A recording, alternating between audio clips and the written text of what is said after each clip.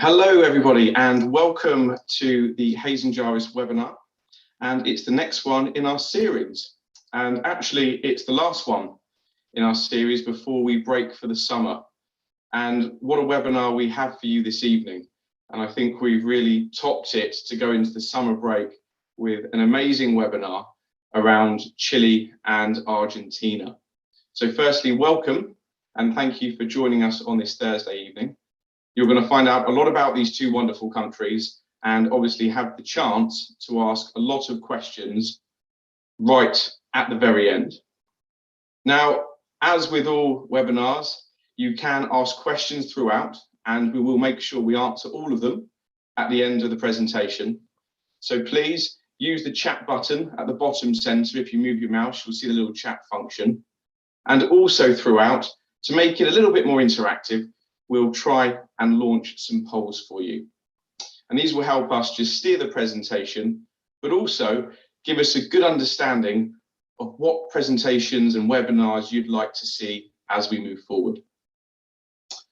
So just to introduce ourselves for the evening.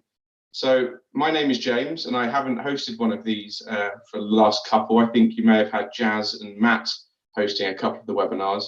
But I run the sales team in the UK and Scandinavia, and I'm the director of sales here. So it's great to be with you this evening and to go through this presentation with our other co-host. Before I introduce our other co-host, I'd like just to give you a quick headlines on Hayes and Jarvis. So a lot of you will know a lot about us. I can see some names here from before, so thank you for joining us again. But at Hayes and Jarvis, we're a little bit different. And the reason we're a bit different is we really believe in destination knowledge and expertise. So all of my team have been to the destinations that they sell, they know them intently, and they've well traveled with a lot of knowledge.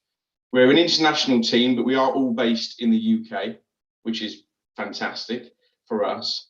But also we're part of a Travelopia group of companies, which is a £1 billion company turnover across the world. And we're actually owned by KKR, which has really seen us through those tough COVID times. And now that travel's opened up, we can see all of the melee that's happening at the airports at the moment. But we're very thankful to be part of Travelopia and KKR. So what does it mean for you? That's great. What does it mean for you? It's first-hand expertise. We've been there, we've done it, we've seen it. We've got personal travel consultants, so all of my team, you'll have their direct mobile numbers, direct WhatsApp numbers, SMS, email addresses. We don't have a call center. It's not that sort of environment. All of our properties are handpicked. We've been there, we've seen them, we've picked them for reasons to make sure they're the highest service level, but also give great experiences. Travel is not just about sitting by a beach. It's about really getting involved and actually seeing these destinations. We also have individual trip concierges. Now, a lot of people have support telephone numbers, but this is a dedicated person who will look after you 24/7 whilst you're on your trip. They're only a WhatsApp message away, text message, phone call. Very important in this changeable world that we live in now. And we've obviously, like every company, got a book and travel with confidence policy, knowing that your money is really, really safe. So where do we go? So just a very quick reminder on the destinations that we serve. And people have been calling this the bucket list slide, where everybody can sort of circle the destinations they want to go to.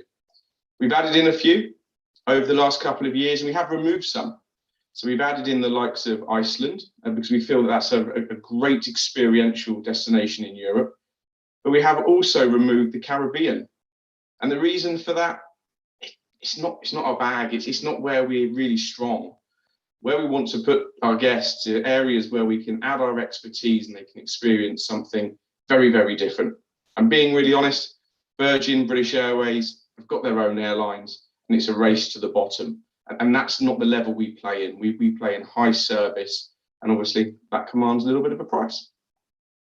So we're just going to launch a poll now because we're really interested to see where you're thinking of going, where you're planning your next trip to. And the reason we're asking these questions is that we can really tailor our offerings on our website, also on our magazine, which will be coming out very shortly, and also on our webinars to give us an understanding of what are our guests looking at doing, where are they looking to travel to, and when. And it's really important for us we get that information so we can tailor all of our marketing correctly. So it's not just spam, it's things you want to see at the times you want to see it. So 2023 seems to be very, very popular. I'm glad South America is winning the poll as well, because that's one of the reasons we're here this evening. But it looks like a real good mix across the globe as well. But South America obviously is standing out there. So thank you for completing that. I'm now going to be handing over to Ingrid. Now, Ingrid is based in Buenos Aires. As I said, we are experts, so she's actually based in the destination we're going to be talking about this evening. And I'm going to leave you in her very good hands, and I will be back at the end to ask some questions to Ingrid. So please use that chat function and ask any questions that you may have. Ingrid, over to you. Thanks for the nice introduction, James, and welcome to everyone. Thank you so much for joining me this evening. For me, it is a pleasure to talk today about Argentina and Chile. Sorry. Let me start with a brief introduction. Argentina and Chile are located at the very end of South America, between the Pacific and the Atlantic Ocean. They share a very long national border of almost 3,300 miles that runs from north to south. To give you an idea, this is equivalent to the distance between the UK and Barbados. Quite a lot, right?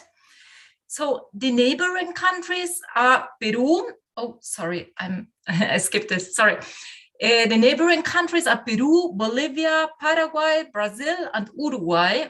And Argentina and Chile are also the gateway to Antarctica. Just to give you an idea of the size, Argentina and Chile together are 1/3 the size of Europe. And within so many miles, there is lots to see, believe me. So therefore, before starting our journey to these countries, I would like to hear from you, what is the first thing that comes to mind when you think of Argentina and Chile? So I see that we are running our next poll. We will give you a couple of minutes to answer it. Oh, I already see the first answers coming in. I see culture and tradition, Patagonia, vineyards, the wine is awesome here. Okay, so many popular places. Let me close this window. Okay, so the geography is extremely diverse, and nature, in my opinion, is the absolute highlight of Argentina and Chile. You can see deserts, salt floods, and multicultural rock formations, and also very green areas like vast plains, wetlands, and subtropical rainforest, including stunning waterfalls, and of course, mountain ranges. Yeah, we have the Andes here. Very high peaks, volcanoes, glaciers, lakes, steppes, fjords, and the sea. So the natural setting are just stunning, and I can guarantee you very, very colorful pictures. In terms of highlights and special interests, there are many, and let me list a couple that are very popular. In the highlights bucket, Patagonia is the most popular region among travelers, but also Atacama, Iguazu Falls, Easter Island, and the wine valleys. In the activity bucket, there are many things we can do, like wildlife watching, horseback riding, hiking, fishing, and stargazing in the clear southern skies that we have here. And who doesn't love food? Yeah, you shouldn't miss Argentine steak and the seafood in Chile. And of course, enjoy the excellent wine that we have in these latitudes. Tango, soccer, and polo are other great attractions. And of course, there is also heritage and culture. Colonial towns full of history, the gaucho, that is our local cowboy, the Jesuit ruins, and much more. So let's discover many of these highlights on our journey today. Let's start our trip in Buenos Aires. That's where I am based here right now. In Argentina, it's the capital city and it's the largest city, of this country. Buenos Aires is an autonomous district, and its official name is Ciudad Autónoma de Buenos Aires, or the Autonomous City of Buenos Aires. It has a population of around 3 million. However, if you take the complete metropolitan area, the population jumps to around 15 million inhabitants, and that's a lot. The city is located on the western shore of the Rio La Plata, which means River Plate, and the brown color of the water is due to the river sediments. Buenos Aires can be translated as fair winds or wood airs. Bright blue skies are very common here, as well as the high humidity level, which makes the weather feel hotter and colder than it really is. Yeah, today it feels really, really cold. Yeah, and the same happens in the summer. When you go up to 30 degrees, it feels really, really hot. Buenos Aires is considered the most European city in America, with rich architectural and cultural heritage. It is hard to believe that in the beginning of the 20th century, Argentina was one of the wealthiest places on the planet. In 1913, it was richer than France or Germany. This was thanks to the exports of primary products like cereals, meat, wool, and leather. Buenos Aires is a very eclectic city. You will find a weird mix of architectural styles in the city, and also very important buildings from better times. So there are also colonial buildings like the Basilica de Nuestra Señora del Pilar, which we can see in this picture in the Recoleta neighborhood, which is one of the oldest churches of the city and preserves the original Baroque style inside. If you like colonial architecture, then you shouldn't miss the neighborhood of San Telmo, which is the historic quarter of Buenos Aires. Very close to San Telmo is the modern district of Puerto Madero, which was the old port of Buenos Aires. And behind those skyscrapers here, believe it or not, there is an ecological reserve that covers 350 hectares. It is the biggest and most biodiverse green space in the city of Buenos Aires. Despite its proximity to the busy downtown area, it is a tranquil oasis with 3 lagoons, a haven for wildlife. It is easy to see lizards, turtles, coypos, and many different birds. All these wildlife just a 10 to 15-minute walk from downtown. The city also has large parks, like the ones in the neighborhood of Palermo, which you can see in this picture. It's a great place to explore by foot or by bike.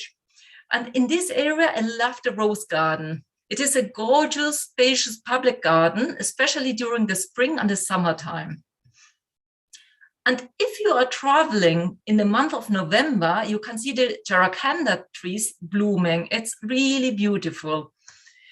Buenos Aires has a thriving coffee culture. You will find many modern and also historic cafes around the corner. Don't miss them. And when visiting Buenos Aires, of course, you have to go to a tango show, yeah, and especially a tango dinner show in the evening. And if you are brave, you can even take a tango lesson. We can organize this for you. And if you like food, like me, yeah, and having fun, we recommend the Argentine experience, a great place to learn about Argentine culture, and also to try local dishes, drink great wine, and have fun with fellow travelers from around the world. And of course, taste a very good steak. But if you prefer to interact with local people, we can organize a greet and eat at home experience. We have some great Argentine hosts who not only know how to prepare good steak, but also good pasta and vegetarian food. We really have very good pasta and also very good ice cream in Argentina. Yeah, and that's all thanks to the Italian immigrants. In Buenos Aires, there are plenty of hotels, small, medium, large, boutique, and international. This is a property that I like a lot. It's called Palacio Duo. It's the Park Hyatt Buenos Aires, which has been a private residence during the Argentina's golden time. The hotel offers a charming mix of old and new, and there are rooms in the old mansion, which we can see in the back of this picture, as well as in the modern building, yeah, in the new wing. So peaceful interior gardens, elegant decor, and excellent service makes this hotel very, very special. and the location is really nice. Let's move on. About 60 miles out of town, you can experience the countryside, the Pampas. Staying at an estancia, that is the Spanish word of ranch, yeah, with those endless fields. In Buenos Aires province, just to give you an idea, the fields have an average of 600 hectares per producer. It is the perfect place for horseback riding or for taking polo lessons. It is also possible to participate in activities such as herding cows or to interact with local people. In general, Argentine people are very friendly and love small talk or even get into deep discussions. Nothing better than the countryside to have a traditional barbecue. Yeah, we call it asado. And the barbecue is a tradition that occupies a very important moment in Argentine social life. It is not just a meal, but a festive event, a moment to gather and chat, yes, with a glass of wine in her hand and talk to the asador, the person who is doing the barbecue. So it's really special, and of course it takes a couple of hours. You should definitely try the choripan as a starter. Yeah, choripan literally means sausage bread. Chori is the shortcut for chorizo, which means sausage, and pan is bread. And that sauce has a funny name. It's called chimichurri, and it is a mix of garlic, parsley, ground chili, and olive oil.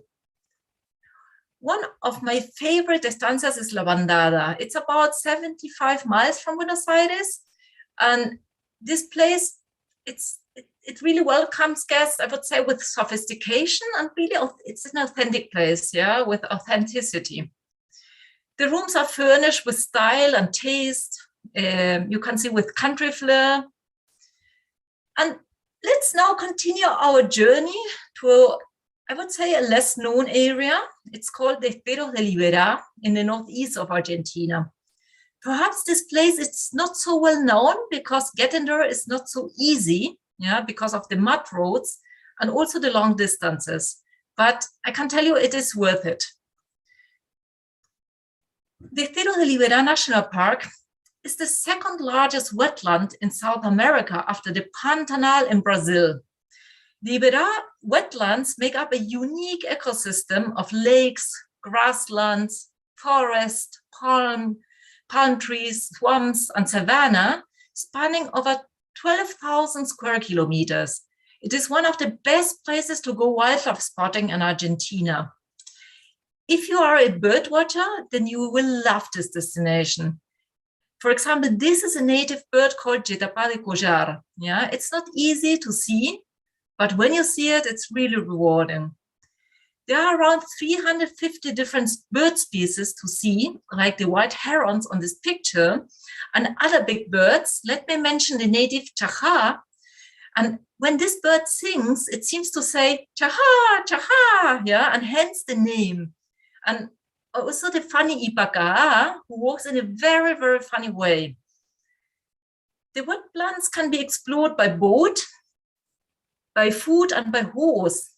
And besides, like the big wildlife or the birds, there are also little surprises like this lovely flower. Yeah, it's really beautiful, and the scenery is also changing a lot depending on the time of the year you go there. There's also a lot of wildlife. Yeah, in this area you can see, for example, capybaras, caimans, marsh deers, and many more, like the hula monkey and the greater rheas, which are very easy to spot. The park is also home to a rewilding program that seeks to restore the natural processes and recover missing species like the anteater, the tapir, the jaguar, and the red and green macaw in the northern area of the wetlands. By the way, Iberá means shining water in the Guarani language. And for me, it is a hidden gem. It's a magical place, yes, where you can also experience the most beautiful sunsets. In this area, I like the large Rincón del Socorro. It was built out of a farm originally constructed in 1896, which was restored and expanded by Douglas Tompkins after he acquired the property in 2001. It is a small, refined ecotourist hotel. And for example, the meals are mainly prepared with organic fruit and vegetables, sourced primarily from the kitchen garden.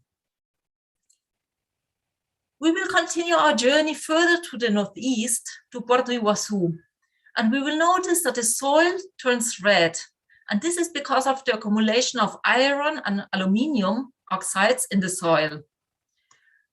On the way, we can visit the Jesuit mission of San Ignacio Mini, which is a UNESCO World Heritage Site. Maybe you have seen the old film, The Mission, I think it's of 1986, with Robert De Niro, and the beautiful soundtrack Gabriel's Above, composed by Ennio Morricone. It is a great film that tells I would say, the mostly true story of the Jesuit missionaries who died defending the Guarani Indians from the Portuguese slavery in the South American jungle. It is also a good place to make a brief stop to enjoy some mate drink, which is grown in the northeast of Argentina. It's that what you see in the picture, and eat some medialunas, which are our local croissants, before continuing to Puerto Iguazu. So here you will find another natural wonder, the Iguazu Falls, declared World Heritage Site by UNESCO, and these falls are shared by Argentina and Brazil. There are a total of 275 waterfalls over 1.7 miles. Some are 82 meters tall, but the average is around 60 meters. If you have time, I always recommend visiting both the Argentine and the Brazilian National Park. It takes a half day for the Brazilian side, and you will get a very beautiful panoramic view of the falls from Brazil. A full day is recommended for the Argentine National Park to explore the different trails and visit the impressive Devil's Throat fall. And it's amazing, it's exactly this what you can see in this picture. In the national park, you can also enjoy the local wildlife, like the coati and monkeys, very naughty animals, if any. So please take care of your food and belongings, because you might get robbed by these little animals. I at least lost my lunch.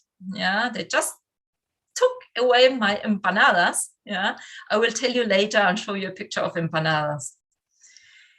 If you like adventure, you can also enjoy an exciting boat ride to the falls or a full moon walking tour. This activity takes place on the Argentine side 5 nights a month. It is quite impressive to see the falls illuminated by moonlight, believe me. There are days when the droplets of the falls form like a silver rainbow. It's really magical. There are a couple of nice properties in this area, but my favorite pick is Aguas Iguazu. The buildings have been built on stilts for minimal environmental impact, and the interiors, they feature traditional textiles and baskets woven by the indigenous Guarani people who still inhabit the region and are Aguas's neighbors. So you can also visit them. The villas are very spacious and cozy, and all of them have a private terrace, and the place is completely surrounded by rainforest. After this lovely experience, let's fly from Puerto Iguazu to Salta in the northwest of Argentina, a place with lots of heritage and culture, and a completely different landscape to Iguazu. Salta means beautiful place in the native Quechua language. It is a city with colonial buildings and many colorful churches. And in my opinion, it's the best place in Argentina to eat juicy empanadas. An empanada is a fried or baked pastry, usually filled with meat. The northwest of Argentina is known for the colorful mountains, like the Humahuaca Canyon, located in Jujuy province. And for example, this valley has been part of the Capacñan, that is the Andean road system used by the Incas, yes, which runs from Ecuador, yeah, through Peru, Bolivia, Chile, and Argentina, yeah, and therefore it has been declared as World Heritage Site by UNESCO. Close by is the small town of Purmamarca with the Hill of the Seven Colors, and the northwest of Argentina is a great place for experiencing heritage and culture. Yeah, in this region, it's common to see the local gaucho on horseback with a poncho. And similar to Bolivia, in the northwest of Argentina, you will find an important population of native Andean indigenous people, which we call Coyas. And these Coyas live in the Puna, that is the high region of the Andes. The houses are very simple, yeah, built with mud, stones, and covered with a light thatched roof. And it's also very common to see the women with the traditional dresses and usually weaving colorful textiles. And for those textiles, they use the wool of guanacos, alpacas, llamas, and vicuñas. Yeah, many people live there as if the time had not passed. Yes, and so in this region, it's also very common to see like traditional celebrations, like the Pachamama, which means the Mother Earth, and they are very important for those people. So it's really nice if you're traveling in early August, yeah, on the 6th of August, Pachamama, you can experience the Pachamama festivity. It's very interesting. All this area has been once covered by the ocean, and that's the reason for the huge salt floods like Salinas Grandes. And the landscapes within the region differs a lot. Yeah, you can see, for example, very beautiful slopes.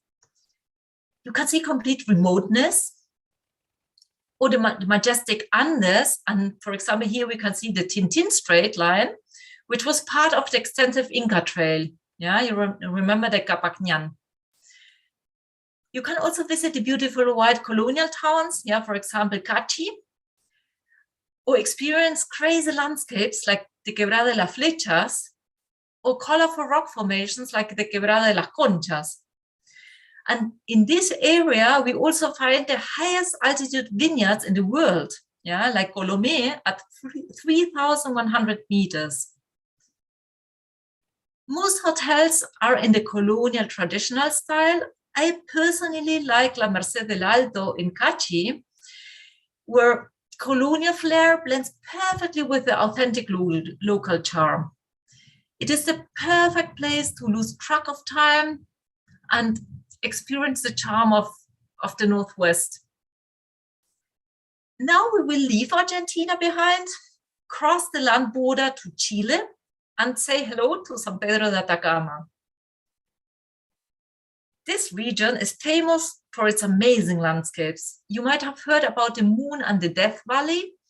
In this picture, we can see the Cordillera de Sal, which is part of the Moon Valley. It was created by tectonic activity in the Salar de Atacama, during which layers of red continental sediments and white evaporates were unfolded and uplifted.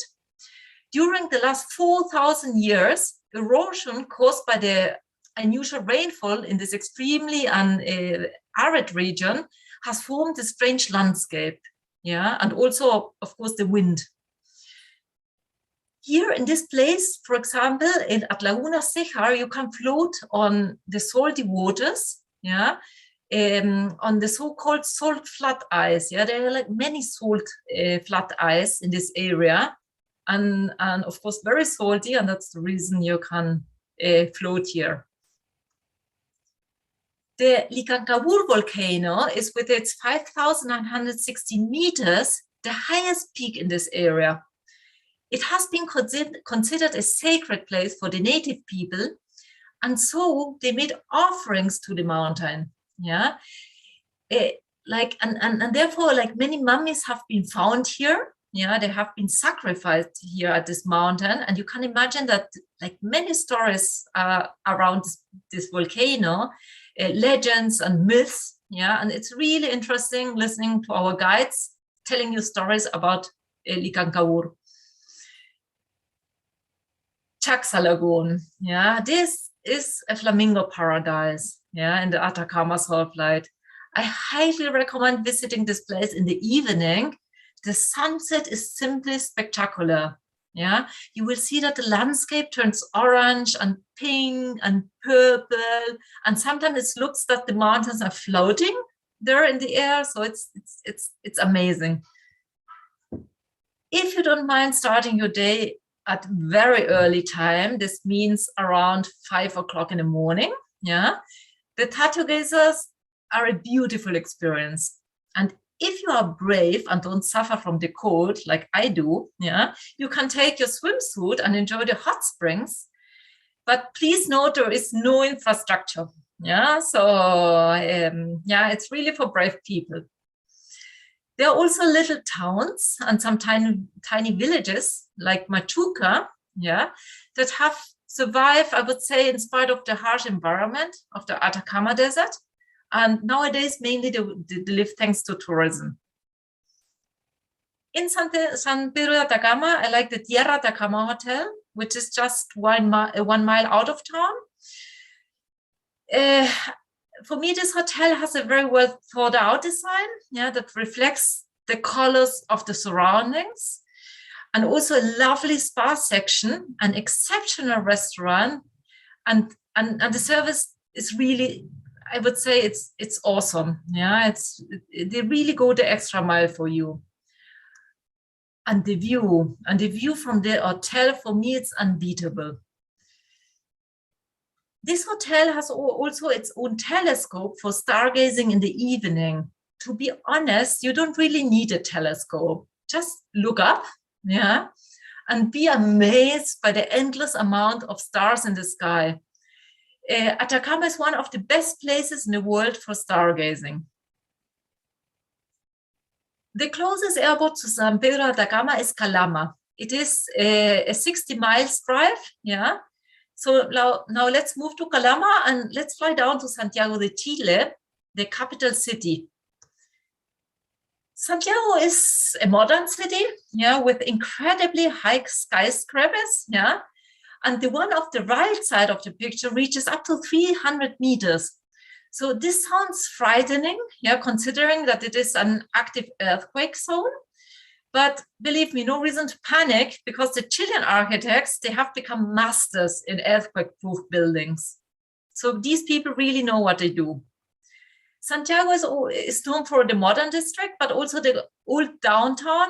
Yeah, it has like very beautiful colonial buildings, its own charm.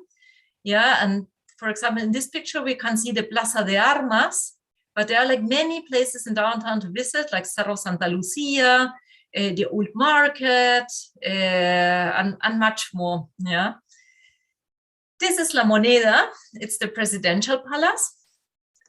And there are also like many nice neighborhoods to explore in Santiago, like Las Tarrias, Bellavista, Providencia, and also Barrio Italia. This is the hipster neighborhood. In Chile, you should try the cazuela. It's a popular chicken or poultry casserole dish. I like it a lot, but my favorite Chilean dish is the caldillo de congrio. This is the conger soup. Oh, it's so good, yeah. In general, like all the seafood in Chile is really superb. Yeah, so I really recommend it. I also recommend the ice creams from the Emporio de la Rosa. They have some very original tastes, such as rose flavor or lemon, mint, and basil. One of my favorite hotels in this city is the Singular Santiago, located in Las Tarrias neighborhood. The rooms are in a stylish classical. They are really stylish and yeah, a classical style. There are several places you can visit near Santiago. One of them is Valparaíso, just 1 hour away from town. It is a quirky, colorful city, which is also a UNESCO site. And this city has a very special vibe and might not be for everyone. So if you like graffiti and street art, a poetic atmosphere and hipster bars, walking small streets and taking many stairs. And if you don't mind staying at houses hanging on the slopes of the mountains, then you will love this place. And very close to Valparaiso is the Casablanca wine valley, known for white wines. And this is the home of Chile's finest Sauvignon Blanc. But if you prefer red wines, then the Colchagua wine valley might be the best option for you. The Colchagua valley is about 2.5 hours south of Santiago, and it is known for its excellent red wines such as Carmenère, Cabernet Sauvignon, Syrah, and Cabernet Franc. But if you are a Malbec lover, then you shouldn't miss the wine region in Mendoza in Argentina. We can easily connect Santiago de Chile with Mendoza, either by flight or by car. And both alternatives are really, really nice. Look at this, from above, you will have an awesome view of the Andes, and we will do our best to book your seat on the correct side, so you don't miss the view of Mount Aconcagua, which is the highest peak of the American continent, with its 6,961 meters. But the drive across the Andes is also beautiful. It's a very scenic, windy journey. It's not just a drive, but an excursion itself. And we recommend, of course, the drive in summertime because the border can get closed due to heavy snowfalls. And you will miss a little bit of all this beautiful landscape if it's full of snow. Mendoza is a very green city in a very arid region. And why is it so green? And that's thanks to the irrigation ditches. And the landscape of the vineyards with the mountains in the back is beautiful. Mendoza is not only well known for Malbec, but also for Cabernet Sauvignon, Monarda, and Syrah, among all the other red wines. By the way, Mendoza is also an excellent destination for outdoor activities like trekking. You can do trekkings at the base of Mount Aconcagua. And there are beautiful hotels in the vineyards like Gava's Wine Lodge. The private villas promise privacy and small plunge pool, so a perfect place to relax. Let's return again to Santiago de Chile. Did you ever dream of visiting Easter Island? This island is not so close to Chile's mainland, and the flight will take about 5 hours. Easter Island, or Isla de Pascuas in Spanish, or Rapa Nui in the native language, is in the southeastern Pacific Ocean at the southernmost point of Polynesian Triangle in Oceania. It is known for the giant stone statues called moai, and the moai are monolithic human figures carved by the Rapa Nui people on Easter Island between the years 1250 and 15,000. Almost all moai have overly large heads and mainly represent the faces of ancestors. The tallest moai erected was almost 10 meters high, and there is an unfinished figure of almost 21 meters. The Rapa Nui National Park has been declared a UNESCO World Heritage Site. The island is formed by volcanoes rising from the seafloor, and the craters can be visited. Easter Island is very different from other islands in the Polynesian Triangle. It has very high rock cliffs, and it's not surrounded by huge sandy beaches.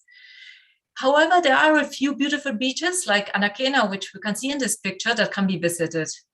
But don't expect like the sandy Pacific, like the Polynesian beaches. In this area, I really like the Altiplánico Rapa Nui because it has a very relaxed atmosphere and a very panoramic view to the ocean. The decoration of the rooms is simple, but very tasteful, and all are open to the sea. Let's go back to the mainland and continue our journey to the Chilean Lake District, which is already part of Patagonia. But what is exactly Patagonia? It's a geographical region that encompasses the southern end of South America. The northern limits are the rivers Biobío in Chile and Colorado in Argentina. And the southern limit is the Magellan Strait. Chile's Lake District is famous for its spectacular scenery. Yeah, you will see deep blue mountain lakes and snow-capped volcanoes, forests, and it's also known as a good fishing destination and outdoor adventure like kayaking, rafting, and hiking. Very close, for example, to the cities of Puerto Varas and Puerto Montt is Chiloé Island. Yeah, you get there taking a ferry, and it's a unique part of the Lake District because of its historical wooden churches from the 17th and 18th century, which are UNESCO World Heritage Sites. The scenery on the island and the fisher villages with the stilted houses are also a highlight here, and it's very picturesque, yeah, very colorful and different like to the other areas of the Lake District. Our hotel, yeah, is located on the shore of the Llanquihue Lake. It's about 20 minutes from Puerto Varas. I like this hotel a lot, yeah, because of the beautiful views. And of course, the hotel is out of town, and it also has a restaurant, which for me, it's always good when you can eat in-house and you don't really have to go into town. It is possible to connect the Chilean Lake District with the Argentine Lake District via land or via the Andean Lakes Crossing, yeah, which is a connection of bus and boat, yeah, over the Andes. It's a very scenic way to travel. Yeah, it's long, but it's really nice. And it takes you, like this Andean Lakes Crossing takes you to Bariloche. Yeah, this is like the main place in the Argentine Lake District. The city itself of Bariloche, in my opinion, is not worth it. Yeah, but the surroundings are beautiful. Bariloche has been nicknamed like the Switzerland of Argentina, yeah, for its snow-capped mountains, the deep blue lakes, and the lush green forest. Same as the Chilean Lake District, it's the perfect spot for fishing and outdoor adventure. Yeah, again, kayaking, rafting, and of course trekking. And here my hotel recommendation is the Zhao Zhao. This hotel is it's a very old hotel. It's a historic hotel, and this hotel is also very well known for its golf course. So if you like golf, yeah, this is a good place to play on this on these green fields. Let's return to Chile and head further south to Torres del Paine. From the Lake District, we can fly to Puerto Natales. Unfortunately, the flight to Puerto Natales is seasonal. If it is not available, we will have to fly to Punta Arenas. So let's do that. If you have an interest in history, Punta Arenas, historically Sandy Point in English, has many stories to tell.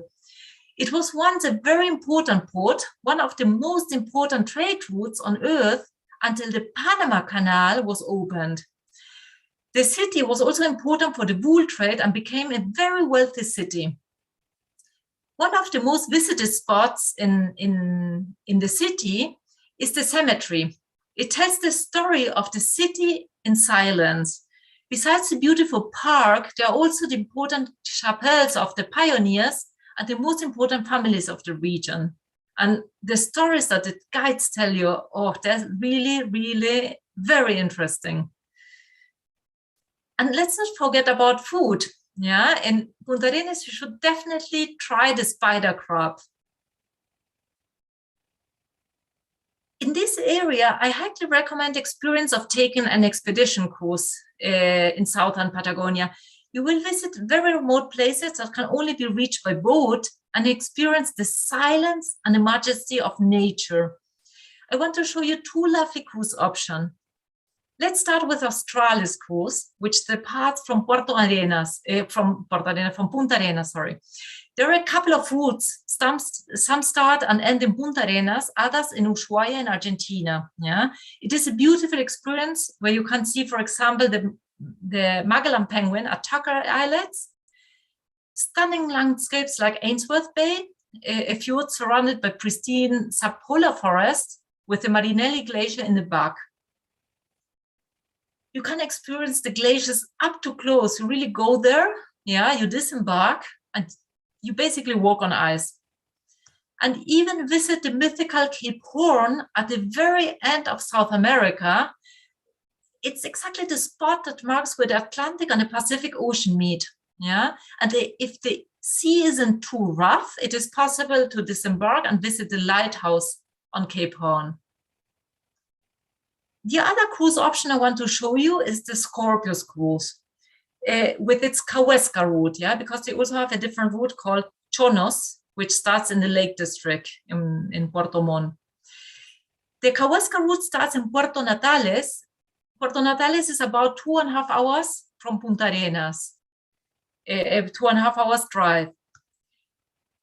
The Scorpius is a much simpler vessel than Australis, but with outstanding service. It is a family-run business, and the captain makes everyone feel at home. Yeah, for me, this is the ultimate route for the glacier lovers because it goes into the heart of the southern ice field.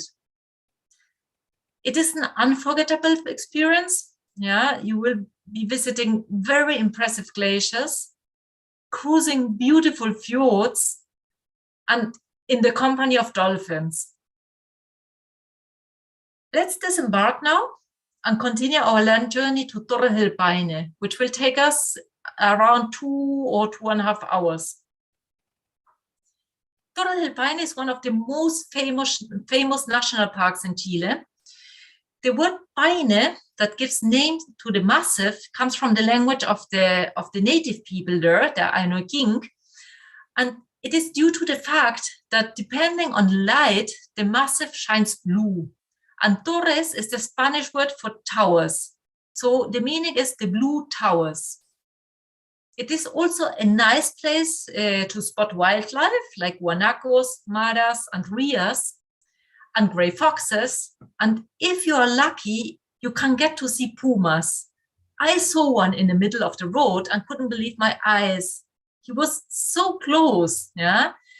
It didn't last for long, but believe me, I mean, the image, it is like vividly etched in my mind. So, and I know a couple of people who have seen pumas. So keep your eyes open I would say, in most places in Patagonia. Torre del Paine is a great place for hiking. You might have heard of the famous W Trek, visiting the towers and offering amazing views like the one to Grey Glacier. And we can organize these trekking tours for you with different comfort levels. I really like the Explorer Patagonia Hotel because of its beautiful view, and given that it also is open all year round. Yeah, so in the middle of winter time, you can go to Explorer, and they have like amazing winter activities at this hotel. It is a very comfortable hotel, of course. Yeah, and you also have an indoor swimming pool, which is really appreciated if you are returning after a long trek or hiking tour. We will now leave Chile and drive to El Calafate in Argentina. That will take us between 4 to 5 hours. The absolute highlight here is Perito Moreno Glacier in Los Glaciares National Park, a UNESCO World Heritage Site. Yeah, the 250 square kilometers ice formation is 30 kilometers or 90 miles in length. Yeah, is one of 48 glaciers fed by the southern Patagonian ice field, located in the Andes system, yeah, shared with Chile. This ice field is the world's 3rd largest reserve of fresh water. And Perito Moreno is one of the very few glaciers in the world that is not retreating. It is a really beautiful glacier, and the boat ride is possible to admire the front wall, which is around 74 meters high. But for me, the ultimate experience here is the ice trekking on the Perito Moreno Glacier. The scenery is simply spectacular, and it's an unforgettable experience. Yeah, like listening to the cracks, to the silence. Yeah, the glacier talks. And by the way, this activity also includes a boat tour very close to the glacier. Yeah, you can see like the front wall by doing the ice trekking. There is a lighter and a more difficult trek available, but there are restrictions like physical conditions and minimum and maximum age. For example, the light version is for people between 8 and 65 years, and the difficult trek for people between 18 and 50 years. So if you're close to 50, hurry up and do this. Believe me, you will not forget this experience. From El Calafate, it's possible to visit or to stay at a typical Patagonian ranch, like Nivepo Aike, which we can see in this picture. It is a perfect place to go horseback riding and for tasting a traditional lamb barbecue. For me, it is a pleasure to recommend Eolo. It's a property located in the Patagonian steppe. And tea time with this beautiful view, believe me, it's a real pleasure. So about 3.5 hours to the north from El Chaltén from El Calafate is El Chaltén. El Chaltén has a landscape that perhaps reminds us of Torre del Paine because they are very similar rock formations. This is another hiking paradise. Many different types of treks are available here, yeah, from easy to difficult. You can do day treks or multi-day expeditions, and all treks promise very rewarding views like this one of Mount Fitzroy, or this one with views of Laguna Torre and Mount Fitzroy. And in the town of El Chaltén, I really like this Destino Sur hotel because it's conveniently located close to the starting points of the trails. And this hotel also has a small spa, and which is really nice when you're coming back from after a trekking tour. And the rooms have very comfortable beds, yeah, which is very appreciated after a long hiking day. So, and last but not least, let's fly down from El Calafate to Ushuaia, yeah, the southernmost city of Argentina. Ushuaia is on the Beagle Channel in the province of Tierra del Fuego, which means land of fire. The small town is surrounded by snow-capped mountains and a beautiful coastline. Ushuaia has a rich history and quaint charm. The pioneers arrived looking for gold. Yeah, the central government was interested in permanent residents, yeah, and not just people looking for gold and leaving. And so what did they do? They set up a prison in Ushuaia. The penal colony only accepted prisoners who had been sentenced for life. So if you like old prison horror stories, yeah, you should visit the Museum of the Prison of Ushuaia. I still remember the place, yeah, and I get like shivers, yeah. It's really interesting, yeah. And imagine people living in this very cold area, doing very hard work, and okay, just go there and experience it. So close to the city is the Tierra del Fuego National Park, which protects the pristine Fuegan forest, yeah, the glacial lakes, and the rich biodiversity of the marine coast. The marine coast is undoubtedly a highlight in Ushuaia. There are a couple of navigations available for wildlife watching, yeah, like sea lions and sea elephants, many birds like cormorants. This is, for example, on the Birds Island, called Isla de los Pájaros in Spanish.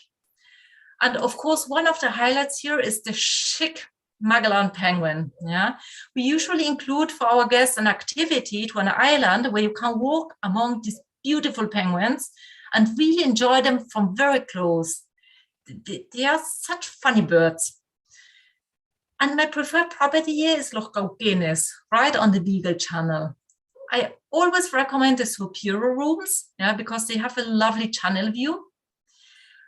And here at Los Cauquenes, we will end our Argentina and Chile journey. It has been a very long journey. We have visited bustling cities, the wetlands, the majestic Iguazu Falls, very colorful rock formations, salt floods, a lunar landscape in the northern region, but also the green vineyards, the mysterious moais in Easter Island, and of course the beautiful Patagonian landscapes. I hope you enjoyed it as much as I did. I tried to cover as much as possible of Argentina and Chile, but of course there are many more places to discover in these two countries. I want to thank you very much for your presence this evening, and I'm happy to respond to any questions you may have. So James, back to you. Wonderful. Ingrid, thank you so much. Absolutely amazing journey that you took us on there. So thank you for sharing your home country with us as well this evening. Absolutely amazing. So I think another poll was popped up, was about to pop up, and it's just to see if you'd like anybody to reach out to you after the webinar. Feel free to say yes or no on there. And then which destinations did you really enjoy? Which destinations are you interested in visiting out of the two? And I think it's just two destinations, as you said, Ingrid, which just, they're so huge. There's just so much to see, and the variety is just absolutely unbelievable. So we do have a few questions that have come in as you were talking. I didn't want to interrupt you, so as I said, we'll do these at the end. So a couple of questions just to start. So one from David, a couple here actually. Is there a train service from Santiago to Tierra del Fuego? No, from Santiago to Tierra del Fuego, there's no train service, but from Ushuaia, very close to Ushuaia in the national park, there is a touristic train. Yeah, and this was the train which was used by the prisoners because they needed to do like hard work, yeah, and work the stones. And so they built the train and they used that train, and you can take that train. It's a touristic train. To be honest, it's nice to see it and to take pictures of the train, but the ride turns a little bit boring, to be honest. So usually we recommend like either do like a short part or maybe skip it. If you have children, it can be interesting for the children, but it turns a little bit long, in my opinion. But then there's no other train rides starting in Santiago de Chile. Brilliant. Thank you, Ingrid. Thank you for being so honest as well. Skip it. It's not worth it. I like the honesty. The expert advice there is fantastic. And then how long does the ferry service from Punta Arenas to Ushuaia take? Sorry, can you repeat? A ferry did you mention? Yes, the ferry service from Punta Arenas to Ushuaia. Yeah, there is no ferry service. Yeah. In fact, you cannot fly. The way to connect it is either via land. Yeah, but it takes lots of hours doing via land. So lots of hours are 10 to 12. Yeah, and of course there's a border crossing involved, so it can get like even longer. So that's the reason we usually plan in this Australis cruise. And it's a multi-day cruise. It's 2 or 3 nights, depending on the route. It's beautiful. For me, it's definitely worth it. And for me, it's like the nicest way to travel from Punta Arenas to Ushuaia. Thanks, Ingrid. Questions coming in thick and fast here. So how much time would you recommend for a combined trip to Argentina and Chile, if you're trying to do that in one trip? For me, at least 2 weeks. Yeah, in 2 weeks, you can do a very, very decent trip. Not a decent, a lovely trip. Yeah. So, but less than 2 weeks, for me, it gets too hectic or you will miss many places. If you want to visit the highlights, 2 weeks is perfect. 2 weeks, and of course more, yeah, if you have the time. But believe me, 2 weeks is, you can do beautiful trips. Thanks, Ingrid. Question from Gwen here. Any information on fly fishing? Can you do fly fishing in Chile? Yes. Yes, in both places. Yeah, for example, fly fishing, we organize a lot of fly fishing in Bariloche. It's beautiful. You can do like a trolley or fly fishing. You can decide that. We also organize the equipment for our guests. Of course, you can bring your own equipment, yeah, but that's not a problem. You don't have to fly with all this stuff. And we have very experienced guides. So our preferred places are Bariloche and on the Chilean side, everything close to Puerto Varas, yeah, like Petrohue. Okay, there are like many lakes where you can do, and it's really it's all catch and release. Yeah, you cannot eat the fish. So I always mention that. What's the problem? For example, sometimes people ask if they can do fishing in El Calafate. Is it possible? Yes, but it's not a good experience. Yeah, because it are glacial lakes. and usually the fish in glacial lakes is not good. Yeah, so it's not a good fishing experience. Thanks, Ingrid. Question from Kevin. Are there any COVID restrictions to enter Easter Island? Okay, Easter Island hasn't opened yet, yeah, but it's supposed to open now in August. So I cross my fingers because they were supposed to open in February and they didn't. But just to inform you, like COVID restrictions are very relaxed now, both in Argentina and Chile. Yeah, so in fact now we are not really using the mask. It's not mandatory any longer. And even like in closed spaces, there's no need. You can go to the supermarket without face mask. And you also don't need like all this condition and restrictions. For example, in the past in Chile, you needed like a medical insurance, yeah, with, I don't remember now the amount of the cover. I remember it in dollars, not in pounds, sorry, for up to $30,000, yeah. And that's not necessary any longer. And even unvaccinated people can enter the countries, both countries. And a question that ties into this, James just asked, how are the COVID levels in Chile at the moment? I heard you can you repeat? Because you cut off. How are the COVID levels in Chile at the moment? What's the COVID levels like? Okay, it was very similar to other places in the world. I mean, we had like in the beginning, the peak was in 2020, yeah, less in 2021 because Argentina and Chile were very similar in terms of the COVID figures. And now, I mean, for example, people don't die because of COVID. It's like it are really like small numbers. Yeah, I don't have the daily numbers, but it's around the monthly numbers. Sorry, it's around maybe 10, 9. It's like similar to a flu. Okay, thanks, Ingrid. This is a really interesting question here from James. Why is there an age restriction on the glacier walk? Shouldn't it be based on how healthy and fit you are to be able to do it? I completely agree. We have like, and they don't do exceptions. We try to do like, we have discussed this so many times. Yeah, I completely agree, but unfortunately, there's nothing I can do with that. Yeah, it's so disappointing. In the past, there was an ice trekking option in El Chaltén, yeah, and with no restrictions. And usually, like, guess who couldn't do like ice trekking on Perito Moreno? They did it in El Chaltén. But now that option isn't available any longer. So I'm really sorry for that. Yeah. Not your fault, Ingrid. You don't make up the rules, I'm sure. So yeah, but I'm sorry because I want people to experience this. And then got a question here. How long in advance should I start planning my trip? It's quite an open-ended question a bit there. It's quite a hard one to answer that. But how long in advance? No, I can answer that. It depends a lot where you are going to, yeah, and when you are traveling. If your plan is to travel over Christmas and New Year, please plan it with lots of time in advance, yeah. And then there are also like certain properties which quickly get sold out, like Eolo, yeah, which you have seen in El Calafate. You need like over 1 year of time. You need to book that over 1 year in advance. But in general, of course, the sooner the better. Yeah.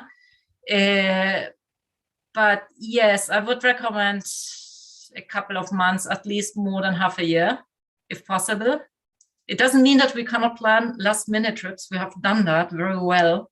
But of course, availability becomes more challenging. Yeah, and maybe something that you want to do, for example, like walking with the penguins on that island in Ushuaia, of course, it's also an activity that is subject to availability. And the earlier, the better, yeah, if we can book it. Wonderful. Thanks, Ingrid. Well, I think that's the end of the questions. I'll just sum up. If anyone's got a last minute question they thought of, please feel free to add that in now quickly. But that is the end of our session with Ingrid.